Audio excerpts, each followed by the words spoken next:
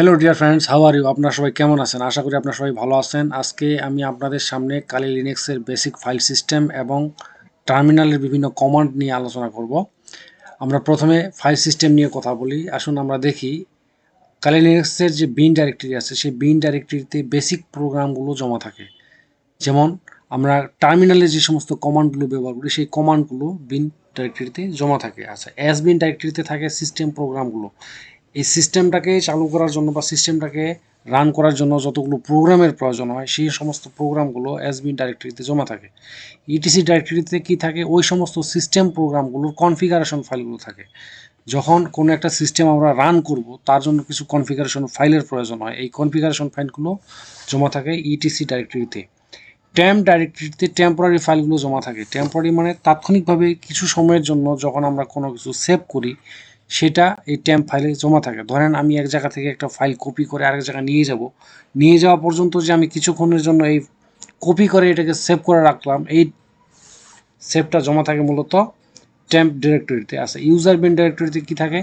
User বিন ডিরেক্টরিতে মূলত সমস্ত অ্যাপ্লিকেশনগুলো জমা থাকে। এই অ্যাপ্লিকেশনগুলো ইনস্টলড হয় অথবা প্রি ইনস্টলড হয়, আমরা নিজেরা ইনস্টল করি অথবা আগে থেকে ইনস্টল করা থাকে। এই সমস্ত অ্যাপ্লিকেশনগুলো জমা থাকে ইউজার বিন ডিরেক্টরিতে।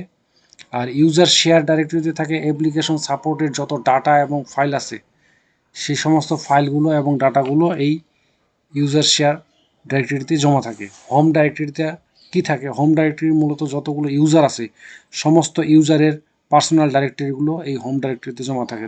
ধরে নেন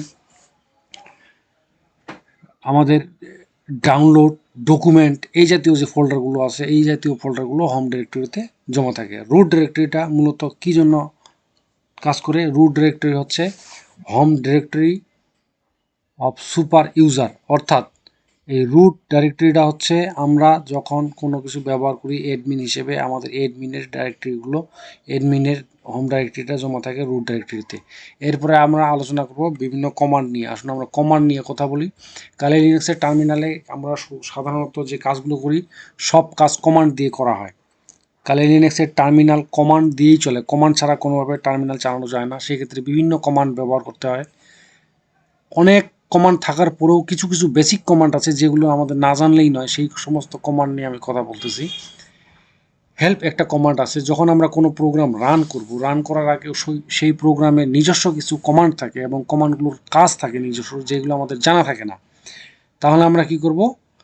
এটা জানার জন্য প্রোগ্রামটার পরে হেল্প বা এইচ লিখে ইন্টার করলে আমরা সেই প্রোগ্রামের যাবতীয় কমান্ডস এবং সেই কমান্ডসের ইউজগুলো জানতে পারবো।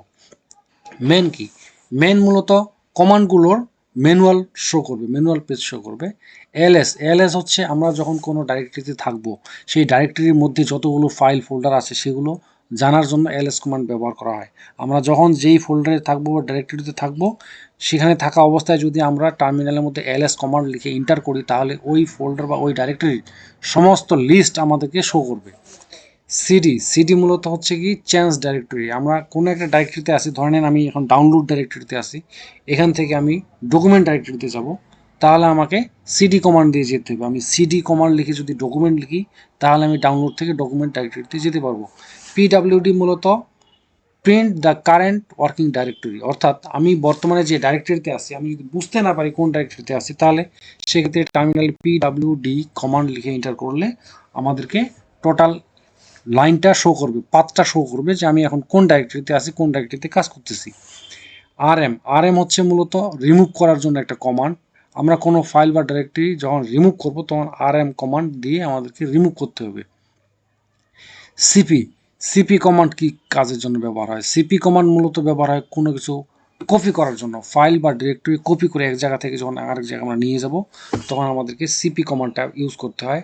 এমভি কমান্ড ইউজ করা হয় সাধারণত মুভ করার জন্য। যখন আমরা কোনো ফাইল এক জায়গা থেকে আরেক জায়গায় মুভ করব তখন এমভি কমান্ড আমরা লিখে সেই ফাইলগুলো এক জায়গা থেকে আরেক জায়গায় আমরা ট্রান্সফার করতে পারবো। আচ্ছা, এরপর আসেন ক্যাট মূলত হচ্ছে আমরা যখন কোনো ফাইলের মধ্যে থাকবো সেই ফাইলটার যাবতীয় কন্টেন্টগুলো দেখার জন্য আমরা ক্যাট কমান্ড ব্যবহার করে থাকি। এরপরে সিএসএমওডি কি? সিএসএমওডি হচ্ছে চেঞ্জ ফাইল পারমিশন, অর্থাৎ আমরা জানি কোনো ফাইলের 3 ধরনের পারমিশন থাকে, read, right and execute permission থাকে। কোনো ফাইলের যদি কোনো একটা পারমিশন না থাকে সেই ক্ষেত্রে আমরা chmod প্লাস ধরে নেন আমরা এক্সিকিউট পারমিশনটা যোগ করব, আমাদেরকে কি করতে হবে chmod প্লাস এক্স লিখে ওই ফাইলের নামটা লিখতে হবে যেই ফাইলের আমরা এক্সিকিউট পারমিশনটা অ্যাড করব, তাহলে এক্সিকিউট পারমিশনটা পেয়ে যাব ওই ফাইলের। আর যদি আমরা -x দিয়ে ওই ফাইলের নামটা লিখি তাহলে আমরা ওই ফাইলের এক্সিকিউট পারমিশনটা হারিয়ে ফেলবো, মানে আমরা এক্সিকিউট করতে পারবো না। পিং কমান্ড কি জন্য ব্যবহার করা হয়? পিং কমান্ড সাধারণত আমরা সচরাচর টার্মিনালের ক্ষেত্রে যেটা ব্যবহার করে থাকি, কোনো ডোমেইন নেমের পিং করে আমরা সেই ডোমেইন নেমের আইপি অ্যাড্রেসটা জানার চেষ্টা করি। ডিআইআর এলএস এর মতোই কাজ করে। এমকেডিআইআর কমান্ড আমরা কি জন্য ব্যবহার করি? যখন আমরা কোনো ফাইল বা ফোল্ডার তৈরি করতে যাব বা ক্রিয়েট করতে যাব সেই ক্ষেত্রে আমরা এমকেডিআইআর লিখে ওই ফাইলের নামটা লিখলে ফাইলটা তৈরি হয়ে যাবে।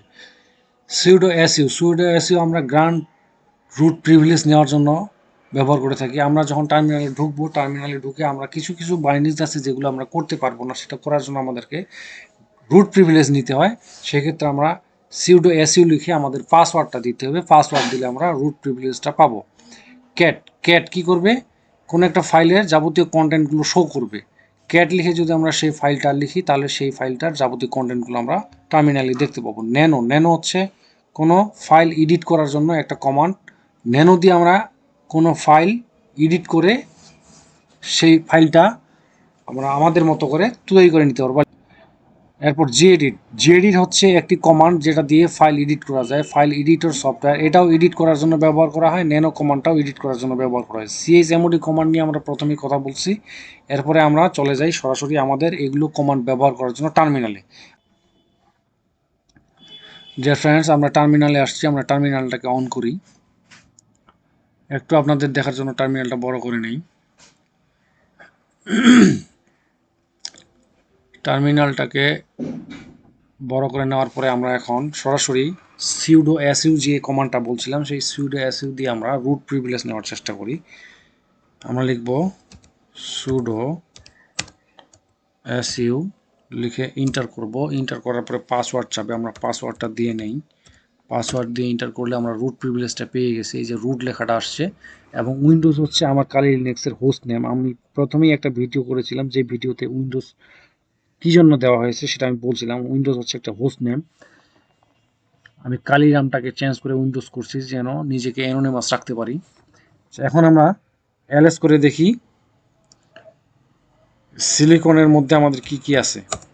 এলএস করে আমরা যেটা পাইলাম, আমাদের এখানে desktop, document, download, music, picture, public, templates, videos, এই সমস্ত ডিরেক্টরি বা ফোল্ডারগুলো আছে।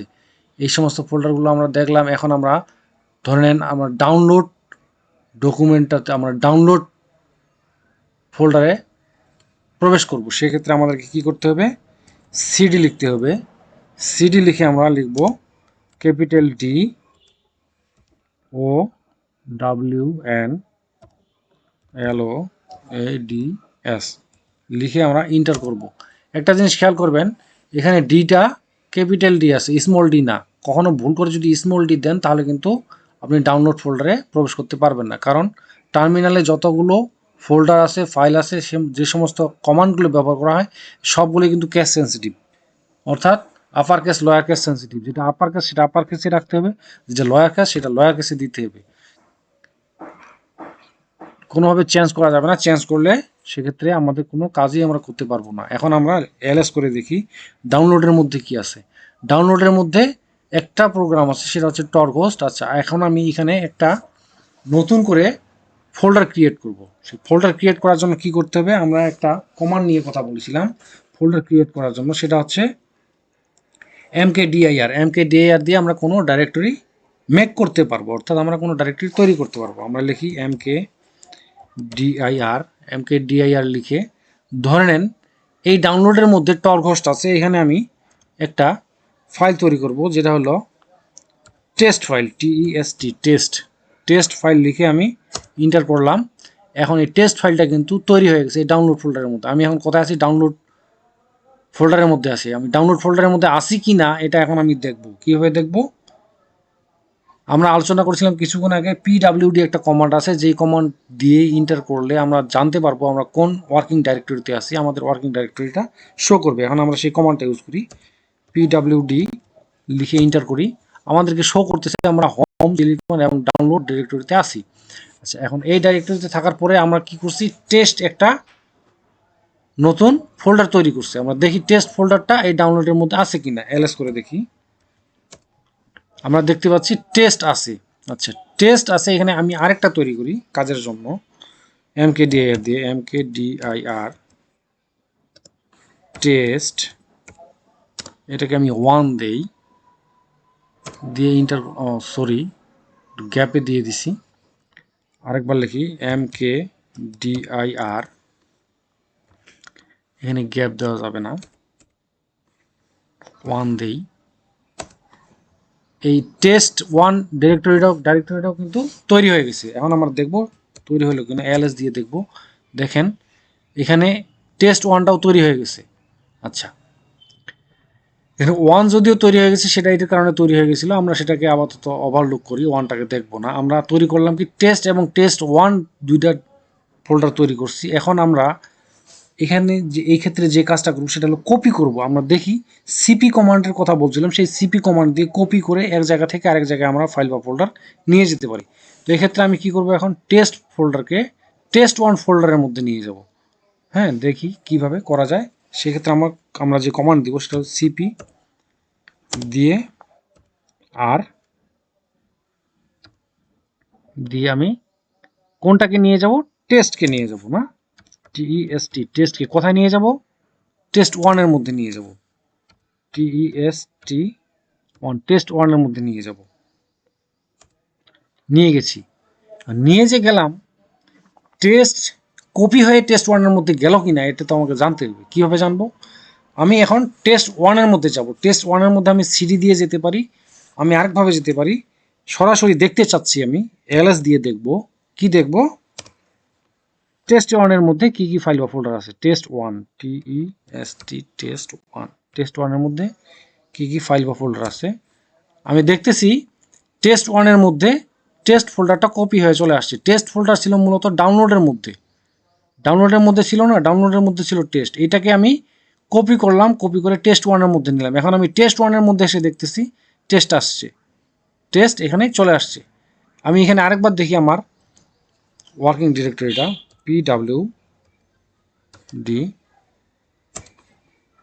পিডাব্লিউডি আমার ডাউনলোডের মধ্যেই আছে। হ্যাঁ, আমার টেস্ট 1 এর মধ্যে টেস্ট চলে আসছে। এখন আমি রিমুভ করব। কাকে রিমুভ করব, টেস্টকে রিমুভ করব। টেস্টকে রিমুভ করার জন্য আমাকে কি করতে হবে, আমি একটু ব্যাক করি। ব্যাক করার জন্য কি করতে হবে, ডবল ডট দিয়ে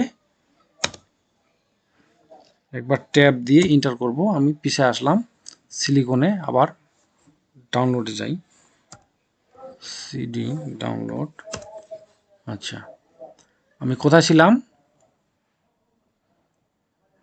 ডাউনলোডের মধ্যে এলএস করে দেখি। এক্ষেত্রে আমি এখন টেস্টকে রিমুভ করব, মুছে ফেলবো।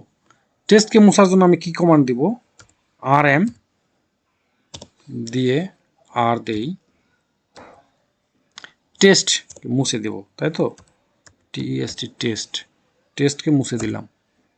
টেস্টকে মুছে দেওয়ার পরে এখন আমি আরেকবার এলএস করে দেখি। এক্ষেত্রে আমার টেস্ট নাই, টেস্ট 1 আছে। এই 1টাকেও মুছে দেই, এটা একটু খারাপ দেখাচ্ছে, ভুল কারণে 1টা তৈরি করে ফেলেছিলাম। rm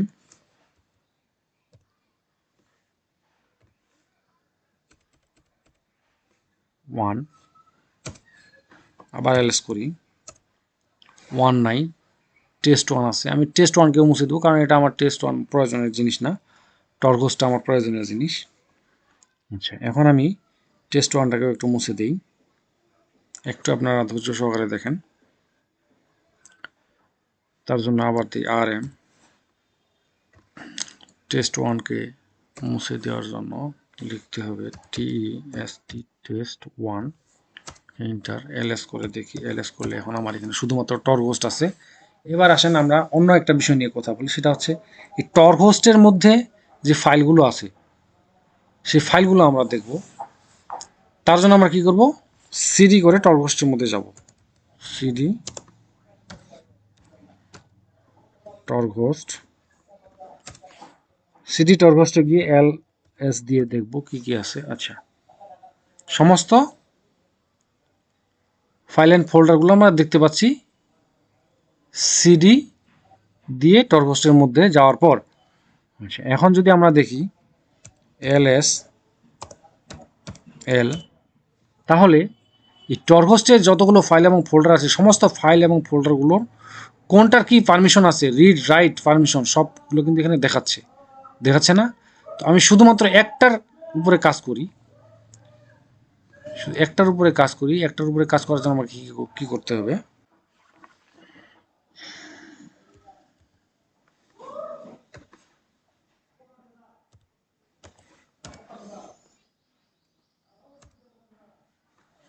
এই যে দেখেন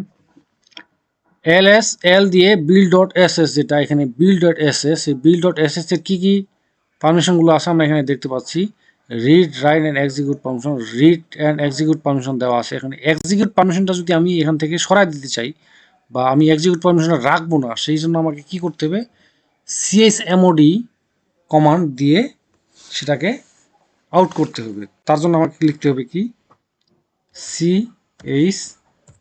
chmod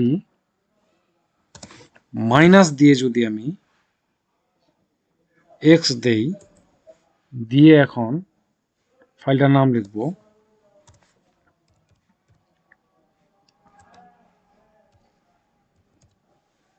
লিখে ইন্টার করলাম। ইন্টার করার পর এখন আমি আবার দেখি তার পারমিশনটা কি আছে।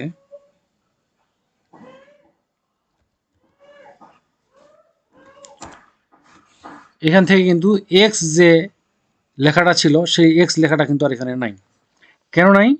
আমি এখানে এক্সিকিউট পারমিশনটা আউট করে ফেললাম, অর্থাৎ এখন আর এই ফাইলটা এক্সিকিউট করা যাবে না, ইউজ করা যাবে না। এখন আমি আবার এই কমান্ডটা ব্যবহার করে এক্সিকিউট পারমিশনটা দিয়ে দিতে পারবো। কিভাবে দিব, তার জন্য কি করতে হবে, ঠিক বিপরীত কাজটা করতে হবে। chmod লিখে মাইনাসের জায়গায় আমাকে প্লাস দিতে হবে, প্লাস এক্স দিলাম, দিয়ে বাকি সব ঠিক রাখলাম, ঠিক রেখে আবার ইন্টার করলাম। chmod ক্যানট অ্যাক্সেস টর্গস্টে লিখছি। আচ্ছা, টর্গস্ট হবে না, আমার যে ফাইলটার উপরে কাজ করতেছি সেটাই করতে হবে। কি করব, chmod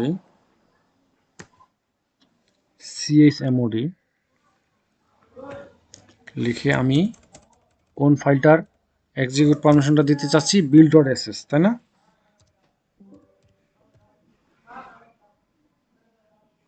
build dot S S দিয়ে ইন্টার করলাম। আমি এখন এই বিল্ড ডট এস এস এর যে এক্সিকিউট পারমিশনটা দিলাম সেটা আসলে দেওয়া হলো কিনা এটা এখন আমি আবার দেখব।